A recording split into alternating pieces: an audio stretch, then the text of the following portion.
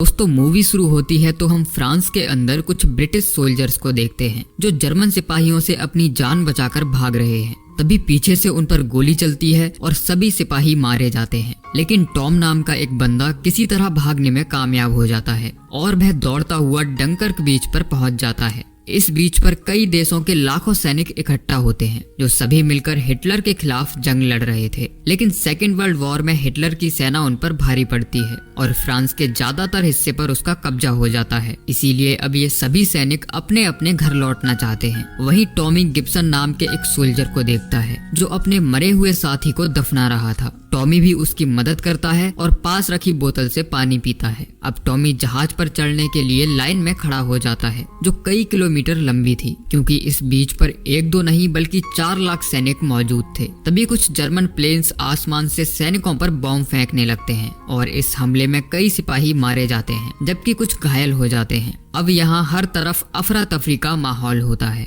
तभी टॉमी और गिब्सन मौके का फायदा उठाकर एक घायल सैनिक को हॉस्पिटल से पर ले जाने लगते हैं। इन्हें उम्मीद थी कि मदद के बहाने हम भी जहाज में बैठ जाएंगे। अब ये लोग रास्ते में खड़े हजारों सैनिकों को पार करके उस जहाज तक पहुंच जाते हैं, लेकिन इन्हें जहाज से उतार दिया जाता है। जिसके बाद ये दोनों उस पुल के नीचे छिप जाते हैं जिसे मोल कहा जाता है, ताकि ब्रिटिश जहाज जब सैनिकों को लेने आए तो वे सबसे पहले उसमें बैठ जाएं। लेकिन तभी जर्मन बॉम्बर्स एक बार फिर ऊपर से बॉम्ब गिराने लगते हैं, जिसके बाद वहां हर तरफ भगदड़ मच जाती है और इस हमले में कई सैनिक मारे जाते हैं। वहीं जो हॉस्पिटल शिप घायल सैनिकों को लेकर इंग्लैंड जा रहा था उस पर भी हमला होता है और वह धीरे धीरे पानी में डूबने लगता है। जिसके बाद उस जहाज पर फंसे लोग कूद कूद कर अपनी जान बचाते हैं। इसी बीच टॉमी और गिब्सन एक सैनिक को पानी से बाहर निकालकर उसकी जान बचाते हैं, जिसका नाम एलेक्स है। अब शाम होते होते ये तीनों बोट में बैठकर एक ब्रिटिश जहाज तक पहुंच जाते हैं जो समंदर में कहीं दूर खड़ा था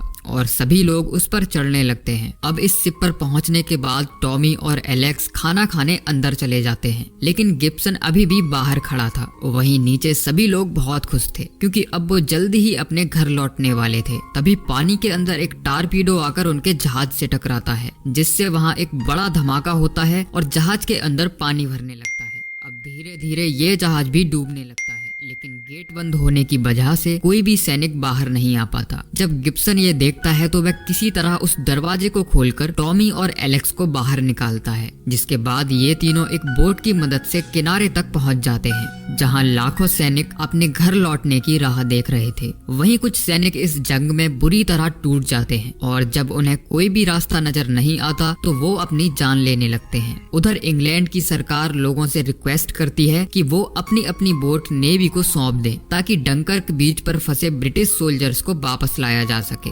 दरअसल बड़े बड़े शिप्स को किनारे पर ले जाना पॉसिबल नहीं था, इसीलिए उन्हें छोटी छोटी बोट्स की जरूरत है। जिसके बाद डॉसन नाम का एक शख्स अपनी बोट में लाइफ जैकेट्स रखकर डंकर्क बीच की तरफ जाने लगता है, लेकिन वह अपनी बोट नेवी को नहीं सौंपता बल्कि खुद अपने बेटे पीटर और जॉर्ज के साथ फ्रांस के लिए निकल जाता है ताकि वहां जाकर फंसे हुए सैनिकों की मदद कर सके। अब जैसे ही ये लोग इंग्लैंड चैनल को पार करते हैं तभी इन्हें एक जहाज का मलबा नजर आता है जिसके ऊपर एक सोल्जर फंसा हुआ था। जिसके बाद डॉसन बोट को नजदीक लेकर उस सैनिक को बोट पर ले आता है। डॉसन पूछता है कि तुम्हारा नाम क्या है, लेकिन ये सोल्जर बहुत ज्यादा डरा हुआ था क्योंकि ये जिस शिप से इंग्लैंड जा रहा था उसे जर्मन्स ने हमला करके डुबो दिया, जिसमें सवार सभी लोग मारे जा चुके हैं। अब जैसे ही उसे पता चलता है कि ये बोट सैनिकों को बचाने डंकर्क जा रही है तो वह बहुत ज्यादा डर जाता है और कहता है कि तुम लोग वहां मत जाओ वरना सब के सब मारे जाओगे।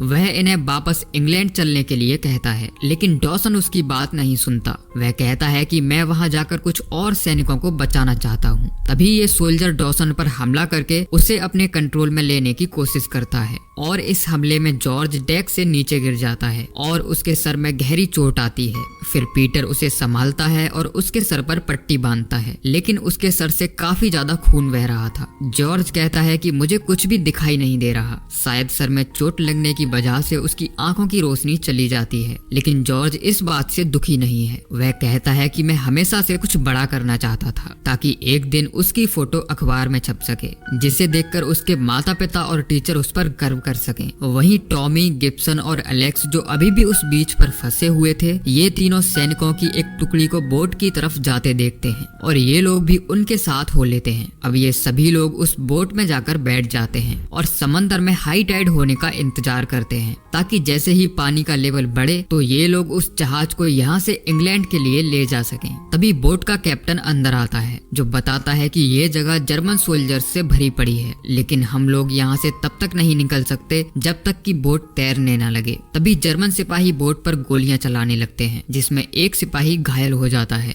दरअसल जर्मन्स नहीं जानते थे कि ब्रिटिश सोल्जर्स इस बोट के अंदर छिपे हैं, बल्कि वो लोग निशाना लगाने की प्रैक्टिस कर रहे थे। अब धीरे धीरे बोट में पानी भरने लगता है जिसकी वजह से सभी लोग बहुत परेशान होने लगते हैं। तभी कैप्टन उन्हें बोट से वजन कम करने की सलाह देता है ताकि वह पानी में तैर सके। इसी बीच एलेक्स को गिब्सन पर शक हो जाता है और उसे लगता है कि गिब्सन कोई जर्मन जासूस है जो छिपकर उनकी जासूसी कर रहा है। वह उस पर गन तानकर सच बताने के लिए कहता है, जिसके बाद गिब्सन कहता है कि मैं कोई जासूस नहीं हूँ बल्कि एक फ्रेंच सैनिक हूँ। और उसके चुप रहने का भी यही कारण था, वह ठीक से इंग्लिश नहीं बोल पाता था। जॉर्ज बताता है कि जब मुझे पता चला कि ब्रिटिश सोल्जर्स सबसे पहले जहाज पर जाएंगे तो मैंने एक मरे हुए ब्रिटिश सोल्जर्स की वर्दी पहन ली और उसे दफना दिया। लेकिन इसी बीच बोट पूरी तरह पानी से भर जाती है, जिसके बाद सभी सैनिक बोट से कूद कूद कर अपनी जान बचाते हैं। लेकिन गिब्सन उस बोट से बाहर नहीं आ पाता क्योंकि उसका पैर किसी चीज में फंस जाता है और वह बोट के साथ ही समंदर में डूब जाता है। जिसके बाद टॉमी और एलेक्स तैरते हुए एक बड़े जहाज की तरफ जाने लगते हैं।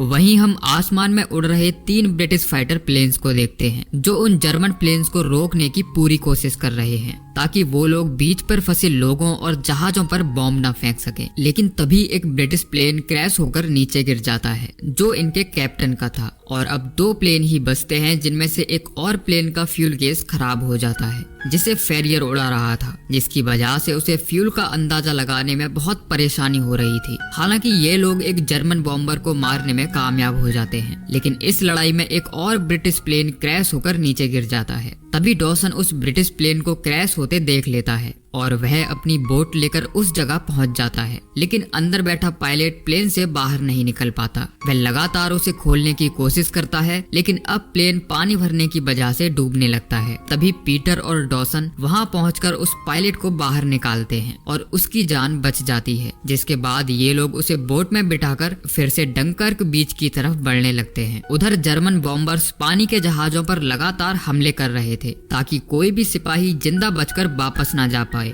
वहीं जो एक ब्रिटिश फाइटर प्लेन बचा था वह उन बॉम्बर्स को गिराने की लगातार कोशिश करता है। वहीं टॉमी और एलेक्स तैरते हुए एक बड़े शिप के नजदीक पहुंच जाते हैं, लेकिन बॉम्बर्स उस जहाज पर भी हमला करके उसे डुबो देता है, जिसकी वजह से पानी में बहुत सारा ऑयल फ्लोट करने लगता है। तभी फेरियर उस बॉम्बर को नीचे गिराने में कामयाब हो जाता है, लेकिन जिस जगह वह गिरता है वहाँ बहुत सारा ऑयल फैला हुआ था, जिसकी वजह से वहाँ आग लग जाती है और उसमें कई सैनिक फंस जाते हैं। तभी मिस्टर डॉसन अपनी बोट लेकर उस जगह पहुंचते हैं और ज्यादा से ज्यादा सैनिकों को अपनी बोट पर चढ़ाकर उनकी जान बचा लेते हैं, जिनमें टॉमी और एलेक्स भी शामिल थे। अब मिस्टर डॉसन की बोट सैनिकों से भर चुकी थी, जिसके बाद वे सभी सैनिकों को लेकर इंग्लैंड की तरफ जाने लगते हैं। वहीं हम देखते हैं कि डंकर्क बीच पर बहुत सारे लोग अपनी अपनी बोट लेकर पहुंच गए हैं, जिन्हें देखकर सभी सैनिक खुशी से झूम उठते हैं और उन्हें घर लौटने की एक नई उम्मीद नजर आती है। अब ये लोग कई ट्रकों को जोड़कर एक मोल बनाते हैं, जिनके ऊपर से होते हुए ये लोग बोट्स तक पहुंचते हैं। वहीं फेरियर जिस प्लेन को उड़ा रहा था उसका फ्यूल खत्म हो जाता है और वह धीरे धीरे नीचे की तरफ आने लगता है। लेकिन तभी एक जर्मन प्लेन मिस्टर डॉसन की बोट के ऊपर मंडराने लगता है और इससे पहले कि वह उन पर बॉम्ब गिराता तभी फेरियर उस आखिरी प्लेन को भी टारगेट करके उसे नष्ट कर देता है। ये देखकर बीच पर खड़े सैनिक खुशी से झूम उठते हैं, क्योंकि अब ये लोग उन बॉम्बर्स से पूरी तरह सुरक्षित थे। वहीं हम मिस्टर डॉसन की बोट पर जॉर्ज नाम के उस लड़के को देखते हैं जिसके सर में चोट लगी थी। तभी पीटर उसके पास जाता है और देखता है कि अब उसकी मृत्यु हो चुकी है। वह सैनिक जिसकी वजह से जॉर्ज को चोट लगी थी वह पीटर से जॉर्ज के बारे में पूछता है, लेकिन मिस्टर डॉसन उसे सच बताने से मना कर देते हैं, क्योंकि वो जानते थे कि ये एक हादसा था। अगर उस सैनिक को पता चला कि उसकी वजह से किसी निर्दोष की जान गई है तो वह पूरी जिंदगी खुद को माफ नहीं कर पाएगा।